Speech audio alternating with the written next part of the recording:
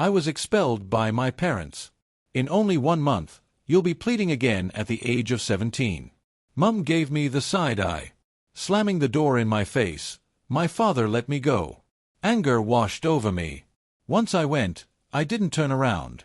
Still, I had a lot of calls that I hadn't returned even after all these years. I was urged to take up by them. Therefore, I had no intention of ever posting my narrative online. However, I reasoned that maybe it may be beneficial to write everything out after reading other like articles here. And who knows, maybe it may help someone else whose family is going through a tough time. I am uncertain. Thus, I will proceed. Hi, I'm Brady, and I'm 26 years old right now. However, I am 17 years old and my story begins in my junior year in high school. For whatever reason, my parents never saw me as the ideal son. My mother was a receptionist and my father was an industrial worker. Even though they were poor, our little community provided all the comforts of home. My parents had this grand plan for my life: do well in school, follow in my footsteps and attend state university, marry a lovely lady from our neighborhood, have a family of 5, and that was pretty much their idea of the American dream. I despised school, though. No, it wasn't because I lacked intelligence. Due to my ADHD, I was only able to get passing marks in my attempts. I didn't receive a diagnosis until after all had happened. Worst of all, I had to sit quietly for hours on end as my teachers talked about irrelevant topics. Making things and fixing them with my hands was something I really enjoyed. I helped our neighbor Judah remodel his garage for a whole summer when I was 15 years old. Plus, I had never before felt like I had any real talent for anything. No one in my family liked it. I felt like I was ready to tell my mom I wanted to be a professional dumpster diver every time I brought up the idea of getting a trade or working in the construction industry. People who aren't physically active, like my dad and I, aren't supposed to reach our full potential, he would tell me. Upon reflection, I believe their fixation was solely on outward appearances. Instead of bragging about their son, the blue-collar worker, they wanted to brag about their son, the college graduate. Tensions had been building for months. I had a feeling I could need the money I was saving from my part-time job at a nearby store after school. The truth is that I stopped caring, and as a result, my grades began to decline. I felt like I was wasting my life every night at dinner because we would argue over my college applications, my future, or some other personal matter. About 6 weeks before graduation in April, things finally snapped. I had been researching this construction trade program in addition to being admitted to state. My parents had essentially completed the application. It was shorter, less expensive, and provided instruction in areas where I was truly interested. My portfolio of completed work was the basis for my half scholarship, and I had been accepted. Over supper, I made up my mind to notify my parents. Not a good choice. I brought up the subject of trade school, and my dad slammed his fork down so forcefully that it ricocheted off the plate. My mother began to sob uncontrollably, like if I had informed her that my life expectancy was 6 months or something. Afterwards, we got into the most violent altercation of our lives. My father accused me of being ungrateful and said that I was disrespectful to their sacrifices. My mother insisted she felt let down and couldn't figure out what they did wrong with me. My dad interrupted me and said something that will stay with me forever as I attempted to describe my enthusiasm for the program. I will not tolerate it if any of my sons act that way. Perhaps you are not the son we believed you to be if you are too dim to recognize the chance you are squandering. Something snapped in me. I told them I had had enough of sacrificing my happiness to make their fantasies a reality. That I was nearly an adult and had the freedom to decide for myself. This whole time, they ignored my every request. By this stage, we were all raising our voices. It became hideous, very hideous. I should be ashamed of what I said. Their claims were more severe. I was finally told by my dad that I may leave the house if I didn't comply with their rules and plan. It seems like he was hoping I would give in. My bad. I hurried upstairs, retrieved the emergency bag I had already packed. I mentioned that I had a feeling, crammed in as many clothes as it could hold, and then retrieved my laptop, the about $1,200 in cash that I had been accumulating, and finally, the vital documents that I had previously gathered, including my birth certificate and social security card. Paranoia is a gift from God. My folks were taken aback when I returned downstairs with my luggage. It seemed as if they were in disbelief that I was truly departing. Your assumption that you know everything at the age of 17 is naive, and you are making a grave error, my mom began.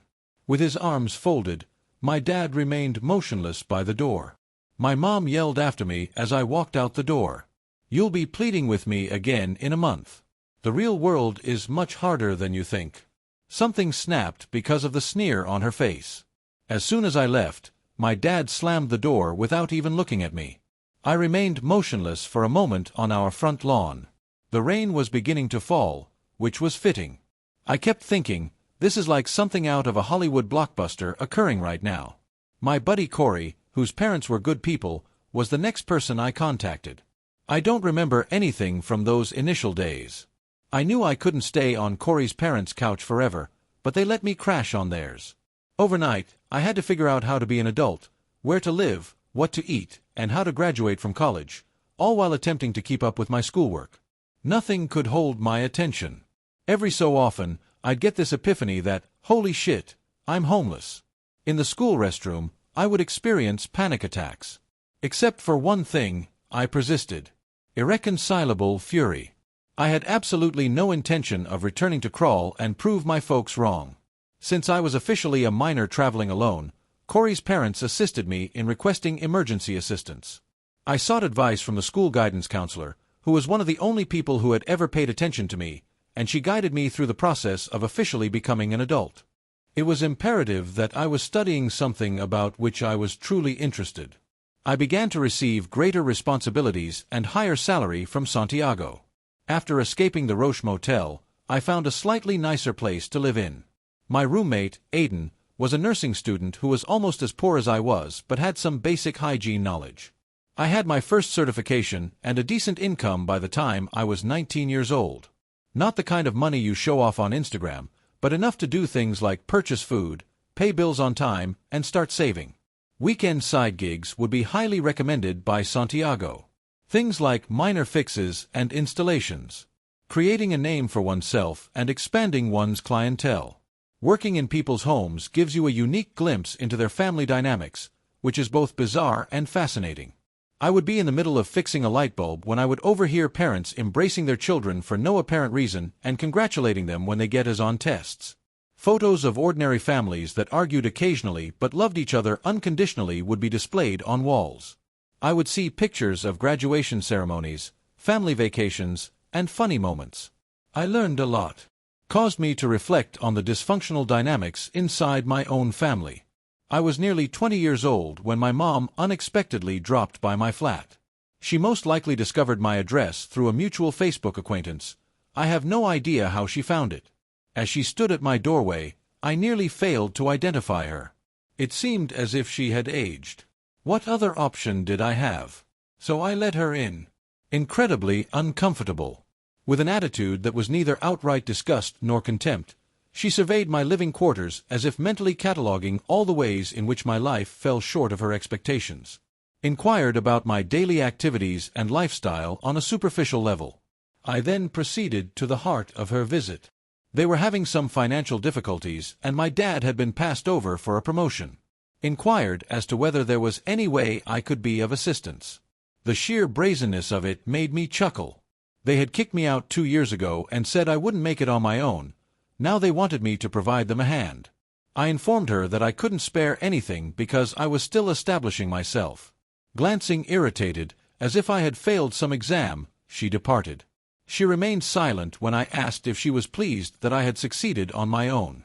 A strange emotional roller coaster ensued for me following that visit. I began to doubt everything. Did I make a mistake by separating them? Was my tone too severe? However, I would quickly become enraged once more upon recalling their treatment of me and the fact that they had never sincerely apologized. I was introduced to Lucy, a psychology student, by my roommate Aiden, who saw that I was down and out. In addition to becoming a close friend of mine, she also gave me the insight that the things I had gone through constituted emotional abuse. I was never healthy or normal since my parents' love was always contingent on my doing what they wanted. While venting to her, I was able to let go of some of my resentment and begin the healing process. It wasn't until I turned 21 that I felt ready to move out on my own. A modest one-bedroom apartment, nothing flashy, but all mine. I am alone, with no parents or housemates. I sobbed uncontrollably on my used IKEA couch the day I moved in. Standing on that lawn with my bags at 17 years old, I never imagined I'd make it this far. At about the same time, Santiago extended an offer of a more secure position with real perks. Finally, health coverage after leaving home. More business was coming his way, and he wanted trustworthy support. Honestly, I felt more validated by it than by any parental approval I had ever had. It was a tremendous vote of confidence. At the same time, my parents persisted in seeking a reunion, but they insisted on having it their way. Despite inviting me to holiday dinners, they would criticize my fashion choices with sharp remarks. Whenever they offered assistance, I would politely decline, but with conditions. I felt exhausted and furious after every encounter. Over time, I began to cut down on communication to just the occasional text and, at most, a single annual visit. The fact that I was genuinely making a respectable life for myself was something they just couldn't grasp. It was good, but it was completely different from what they had planned for me. I was able to pay my bills with a job that I enjoyed. Some of my pals really loved me just the way I was. Something genuine and personal was taking shape before my eyes. I was Santiago's trusted expert for specific kinds of work by the time I was 23 years old, having obtained further credentials. We got along great, and he even started talking about future prospects that would be much better. I also met Lydia at that time. Santiago directed me to her place since she needed some repairs done. Perceptive, humorous, and unconcerned with my BS. I let someone truly know me for the first time when we started dating. I have a lot of baggage and a lot of family history. She understood it, therefore there was no need to flee. Even if they weren't ideal, her parents weren't nearly as authoritarian as mine were. Naturally, my parents' interest in my life rekindled when they learned I was in a committed relationship. Finally decided to stop ignoring me and start following me on Instagram. Would have liked to have met her. Desired to portray joyful families. They were held at arm's length by me. Lydia was unjustly subjected to their manipulative tactics. I thought I had finally found a solid arrangement, had my own place, and was in a month after getting kicked out, but I couldn't have been more mistaken. Things were about to get tricky in ways I never expected, just when I thought I'd finally moved beyond their shadow. But that's not the end of the story. Part 3 will be posted tomorrow. My parents and I are experiencing some unexpected changes as things begin to change. Revised version 2. Hello there, I appreciate you all continuing to read my story. You have no idea how much the support means to me. So, picking up where I left off, by the time I was 24 years old, my life had established a routine that felt quite ordinary. For a while, I had been working odd jobs here and there, gaining experience and saving up whenever I could. It was dull and unglamorous, but it kept the money coming in and the wheels turning. Even though my studio apartment's kitchenette was so cramped that it could hardly accommodate a mini fridge and microwave, it was mine. Just me, my used furniture, and my parents. No roommates. This alert appeared as I was casually browsing Facebook one night. Yes, I know, boomer app, well. Madison, my cousin, tagged me in a family reunion photo, even though I wasn't there. Prior to seeing my folks in the background, I didn't give it much thought. My dad was in the middle of a story he usually told, and my mom was flashing that phony smile I knew all too well. But what's strange? This framed photo of me, taken at my high school graduation, was resting on the table adjacent to them. For example, what is that? These individuals expelled me, seldom communicated with me unless it was for their own benefit, and now they're showing my picture as if we were a loving family. I contacted Madison immediately afterward, and she responded with something along the lines of, "Oh yeah, they talk about you all the time. Always telling everyone how proud they are of you." The audacity, I swear. It was as if they were residing in a parallel universe where I would be making a triumphant return in less than a month. By the way, I met Lydia around this period, and no, it wasn't in a Disney romance. We started complaining about self-checkout because we were both in line for what seemed like an eternity at Target. Her speech was characterized by an absence of filtering, allowing her thoughts to flow freely from head to mouth. We began texting, swapped Instagram handles, and immediately hit it off. I finally felt comfortable enough to share my story on our third date, after we got off the topic of families. I was prepared for the typical uncomfortable, that's rough reaction, but she instead related a story about her stepdad who had behaved just like that. Similar commanding presence, albeit milder. She understood it better than the average person.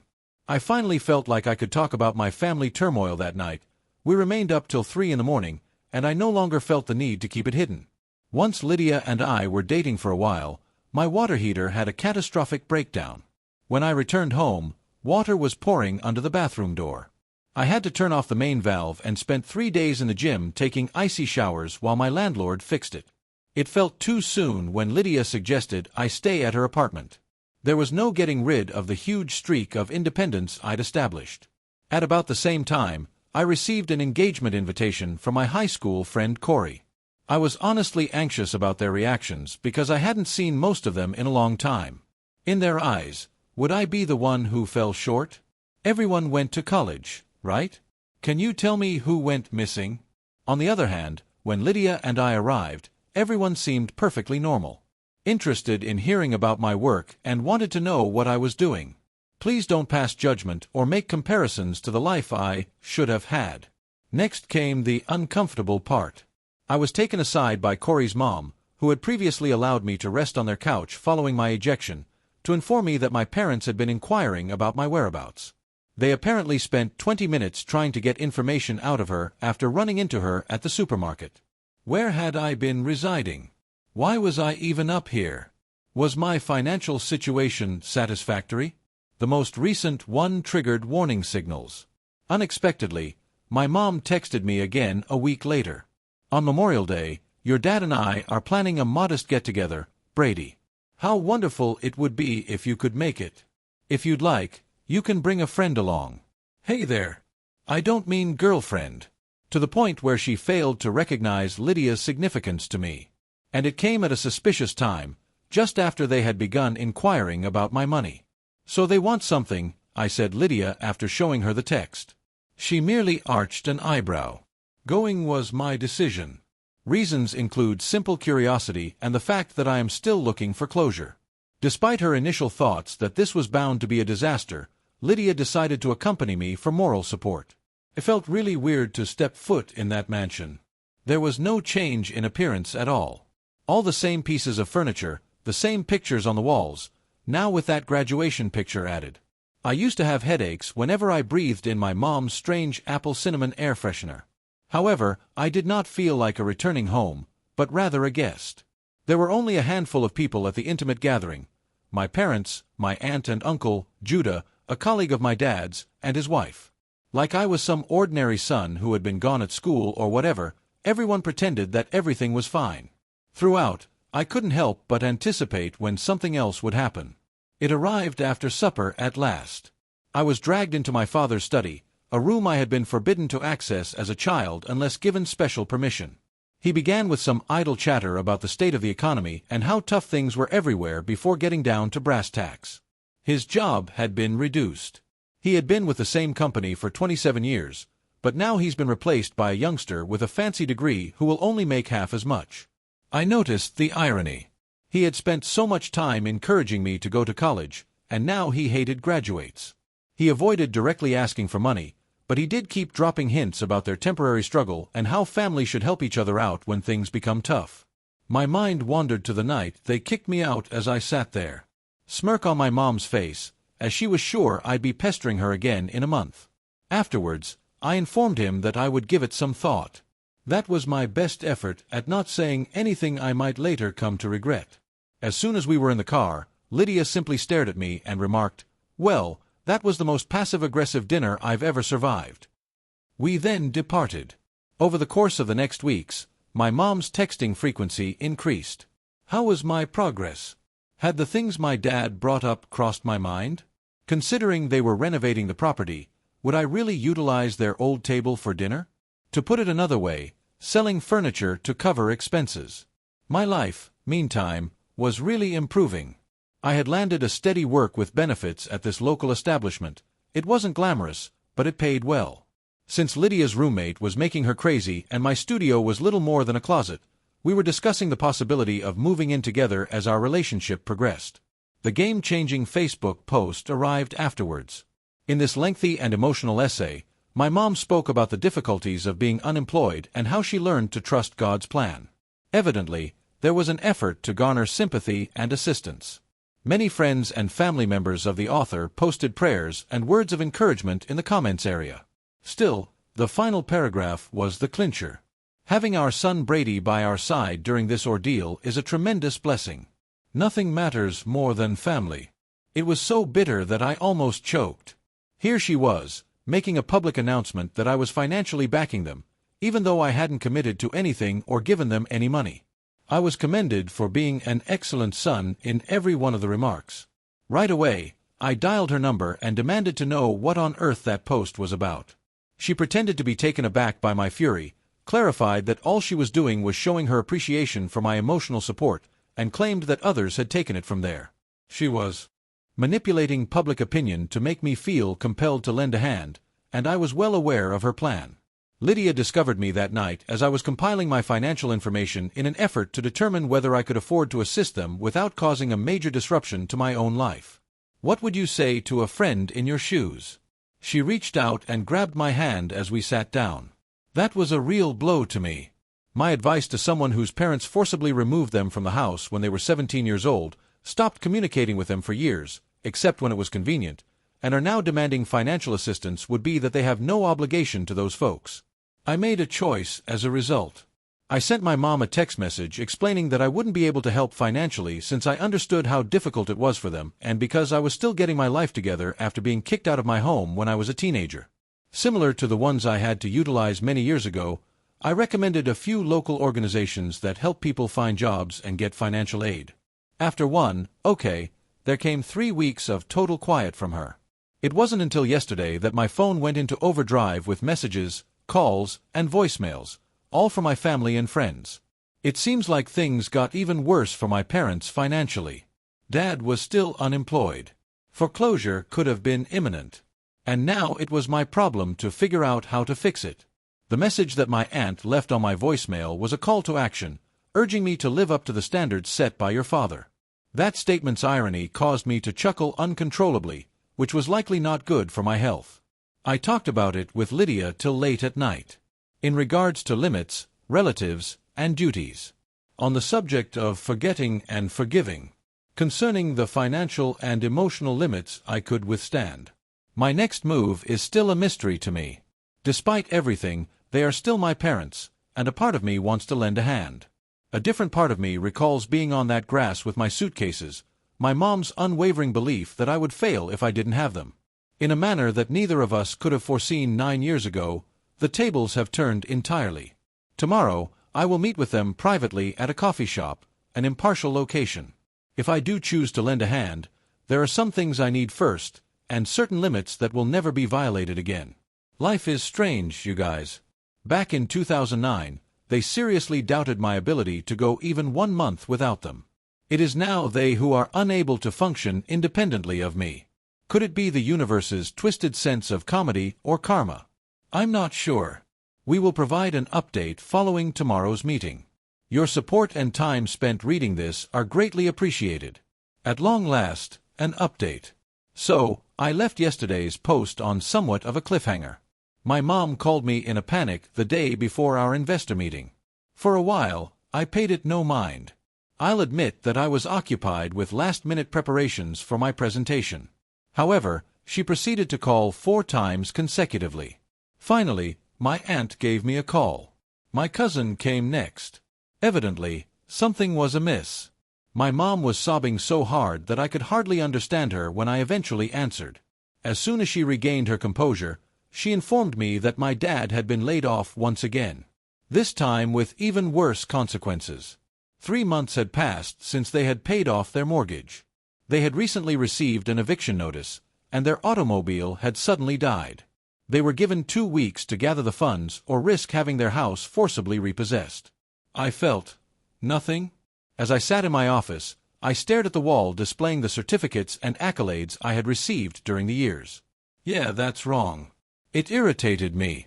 It was frustrating that, after everything that had happened, even after 9 years, they continued to act in the same way, expecting me to abandon everything and come to their rescue. Of all things, the timing was absolutely terrible. I hung up the phone with my mom after promising to call her back, and I waited there for a bit before my most critical professional appointment. Upon entering, Lydia sensed right once that something was amiss. She didn't offer any advice when I described. Instead, she inquired as to how I would like to deal with the situation. For that and a million more reasons, I adore her. I decided accordingly. Following the investor meeting, I would handle my parents' concerns in a methodical manner. I attempted to block out the family drama by turning off my phone and concentrating on my preparations. It was a productive meeting. Quite effectively, actually. My goals and portfolio impressed the investors. I was ready for the challenging questions they posed. By the end, they were already discussing the possibility of supporting future projects as well as this one. It was the culmination of all my efforts since that dark night when I was stranded on my parents' yard due to the rain. I had 27 calls that I had missed when I turned my phone back on later. It was from everyone I knew, not only my parents and extended family. Alas, my voicemail was packed. Something went wrong with my Facebook Messenger. My mom had apparently rallied the whole extended family to put pressure on me to lend them a hand. A strange jumble of feelings washed over me as I drove home. A mixture of emotions, pride in the meeting, wrath at my family's strategies, and an inescapable feeling of duty, weighed me down. Lydia had this expression on her face as I entered the room. She was sitting on the couch, working on her laptop. Half worry, half, this is unbelievable. It turns out that my mom had posted a lengthy and dramatic Facebook post about their home foreclosure and how some people had forgotten that family comes first. Though she omitted my name, I was immediately understood. Family is everything, and I have no doubt Brady will pitch in when he sees this, were among the comments left by several relatives. He will deliver. My anxiety levels spiked as I passively read the remarks on Lydia's screen. They wanted to use the public eye to get me to bail them out. They continued to believe they were entitled to control me in this way despite all they had done to me. I made up my mind then and there. The time had come. I had had enough of the hazy boundaries, the infrequent assistance, and the tense Christmas visits. Either put an end to this relationship or make it work. I sent my parents a text message arranging to meet them at their place tomorrow. It has been 9 years of unfinished business, just between us. I couldn't get a good night's rest that night since I was constantly planning my words and worrying about their reactions. No matter what occurred, Lydia reassured me that we had created a wonderful life together as we held me close. I had a family now, and it didn't matter what happened to my parents. They were the ones who had been there for me, our pals. The following morning, I drove to their house with a sense of calmness that surprised me. There hadn't been many changes to their neighborhood when I was a kid, but their house seemed smaller and shabby. My mom's once-obsessed flower gardens were now overrun with weeds, the paint was flaking, and the yard needed mowing. It seemed as if their deterioration was being physically shown. Someone knocked on my dad's door. His shoulders were permanently hunched as if he were under a great load, and he had become much thinner and grayer over the last several years. Without uttering a word, he merely nodded and moved aside to provide me entry. The inside was unappealing.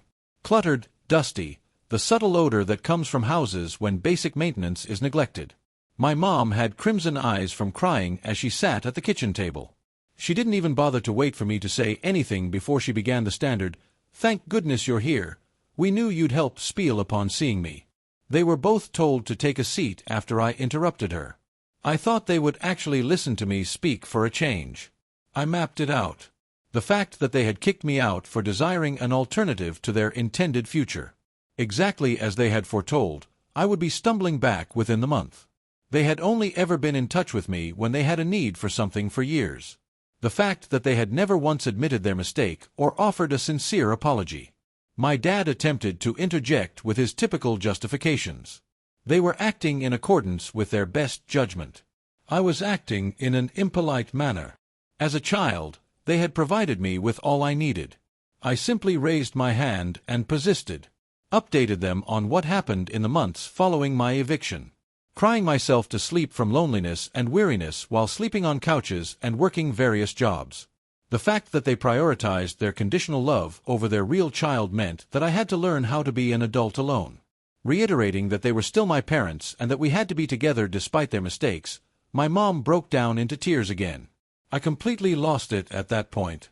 I was 17 years old and living on the streets when I was asked about the family sticks together mentality. They appeared to remember that we were family only when they were in need of my assistance, but they completely forgot when I was in need of theirs. For some time, the discussion remained mired in its original topic. In their nebulous apologies, they would either justify their actions or turn the tables on me. The playbook of a classic narcissist. I finally had enough and made my demands known. 1. They needed to downgrade to something they could truly afford, but I would help them avoid foreclosure this one time. 2. They had to remove that deceptive Facebook post and clarify that they were dealing with their money problems behind closed doors. 3. If they were serious about maintaining a connection with me in the future, we would begin therapy together. Not for the purpose of making amends per se, but to set reasonable limits and initiate open dialogue. 4. It was crucial for them to see that everything in my life, my relationship, my choices, belonged to me. Respecting that would be a must for any future help, be it emotional, financial, or otherwise. The standard fare of fights and guilt trips was what I anticipated. My dad, on the other hand, seems to have come to terms with the fact that he was out of luck. It seemed like my mom was waiting for my dad to figure this out since she continued staring between us. At last, my conditions were accepted. They agreed, albeit not very enthusiastically.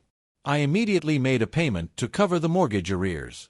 I did it not out of any sense of obligation to them, but rather because I was eager to put that part of my time behind me. My dad escorted me to the porch as I departed. I seriously believed he was about to launch into another guilt trip for a split second. It was something else he said that took me by surprise. "You were fine in the end. Not bad at all. Good job." However, it was not what I had imagined. It wasn't an exhaustive apology or anything like that, but it was one of the few sincere things he'd spoken to me in years. I hesitated before responding, remaining motionless on the porch steps from where he had forcefully shut the door 9 years prior. At last I merely muttered, "I know," and headed for my vehicle. Things have become more complex in the months following. So far, they have been true to their word. Weak and uncomfortable as it may be, therapy is essential. They are considering condominiums and houses with fewer rooms. The Facebook incident was resolved. Gradual approaches. I fear that our relationship will never be as close as other people's with their parents. Much has transpired since then. However, we are finally constructing something grounded on fact, rather than in denial and manipulation. What I do know is that the fearful 17-year-old who was left standing in the rain without a place to go managed to make it on his own, found people who loved him no matter what, and eventually stopped letting his parents' rejection characterize who he was. I erased all those missed calls that night while Lydia and I lay in bed. This digital artifact of my parents' anguish had been residing in my notification center for weeks. Unexpectedly, as I watched them vanish, a feeling of finality washed over me, not contentment or vindication, but something more subtle. Their belief that I would perish without them was 9 years ago. It seems they were the ones that really needed me to stay alive. That insight was more valuable than all the "I told you so" in the world. In addition to working extra hours at my previous job, I also started doing dishwashing at a neighborhood cafe. Not even the logistical details were the most challenging. It was all about the feelings. Witnessing other children accompanying their typical families. As I listened to my classmates gripe about their parents' love for them despite their foolish fights, I felt bad. Understanding that my parents' actions were unusual. That most parents will not forbid their child from attending trade school if he or she expresses interest in doing so rather than 4-year university. That their love should never have seemed conditional the way it had. My mom sent me a text message around 3 weeks after I departed, but she didn't want to say sorry or check in with me. "You are welcome to return home whenever you are prepared to accept our assistance with our conditions and express your regret." I chose not to answer. Just 1 week after that, my dad gave me a call and left a message that was essentially identical. They expected me to collapse and then they could claim, "I told you so." That's how certain they were that I would fail. Although I was a couch potato during my high school graduation, I made it. I suppose maintaining appearances is where my parents' money went. I simply went away after they attempted to engage in conversation with me. Before speaking to them, I had no ideas. I was able to scrape up enough money by June to rent a rundown apartment with 2 other males.